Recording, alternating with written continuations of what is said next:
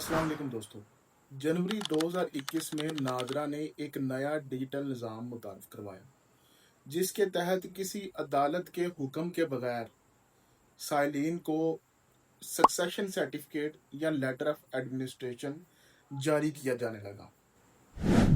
दोस्तों, ये अमल 5 बुनियादी मराहल पर मुश्तमिल है। सबसे पहले नादरा के ऑफिस विज़िट करके दरख्वास्त दायर की जाती है।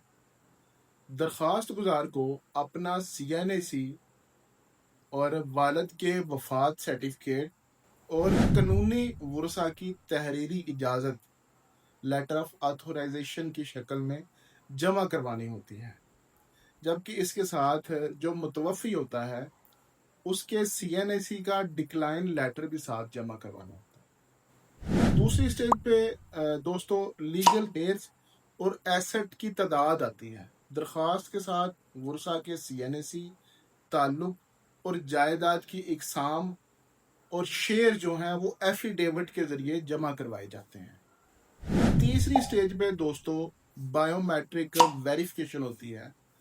तमाम वरसा नादरा रजिस्ट्रेशन सेंटर पर पहुंचकर अपनी बायोमेट्रिक तस्दीक करवाते हैं या ज़रूरत पड़ने पर वेरिसिस निज़ाम के ज़रिए शनाख्त होती है। दोस्तों, चौथी स्टेज में अवामी इश्तिहार होता है। दरख्वास्त पर गौर के लिए एक उर्दू और एक अंग्रेज़ी रोज़नामा में इश्तिहार शाया किया जाता है और वेबसाइट पर भी दिखाया जाता है।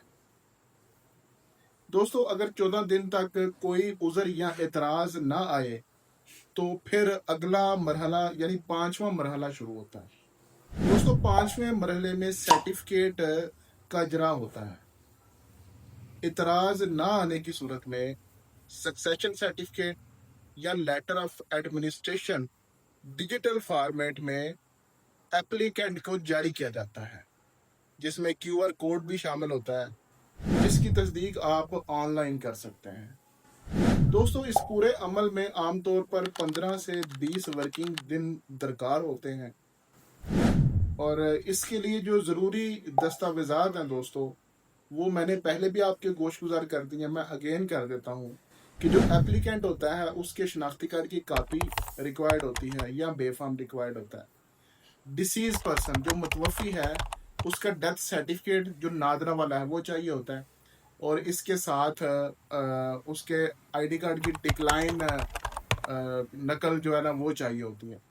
इसके अलावा दोस्तों FRC जो है वो रिक्वायर्ड होती है और जो वरसा हैं उनके शनाख्ती कार्ड की कापियां भी रिक्वायर्ड होती हैं।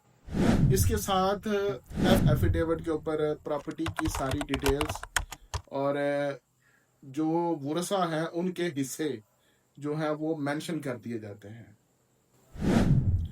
अगर आप बैरून मुल्क रह रहे हैं तो बैरून मुल्क रहने वाले पाकिस्तानियों के लिए POC या पाकिस्तानी ओरिजिन CNAC जो है ना वो रिक्वायर्ड होता है और उनकी ऑनलाइन बायोमेट्रिक तस्दीक होती है, जिसके बाद आपको सक्सेशन सर्टिफिकेट जारी किया जाता है। इसकी अगर फ़ीस की बात की जाए तो ये फ़ीस जो होती है इसासों के हिसाब से होती है। अगर इसासों की मालियत 1 लाख रुपए से ज़्यादा है तो फिर आपको 20,000 रुपया फ़ीस जमा करवानी पड़ेगी। अगर मालियत जो है वो 1 लाख से कम है तो उस पे 10,000 रुपया आपको नादरा की फ़ीस जमा करवानी पड़ेगी।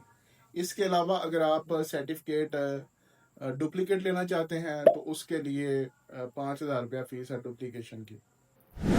दोस्तों, सक्सेशन सर्टिफिकेट एक बड़ा इम्पोर्टेंट डॉक्यूमेंट है विरासत की तकसीम के लिए। अगर आप विरासत की तकसीम करवाना चाहते हैं तो आप सबसे पहले सक्सेशन सर्टिफिकेट लेंगे और उसके बाद आपकी कानून के मुताबिक विरासती तकसीम अमल में आएगी।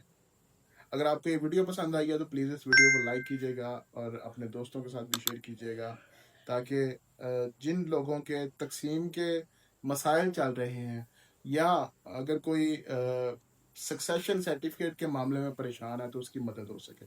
Thank you so much.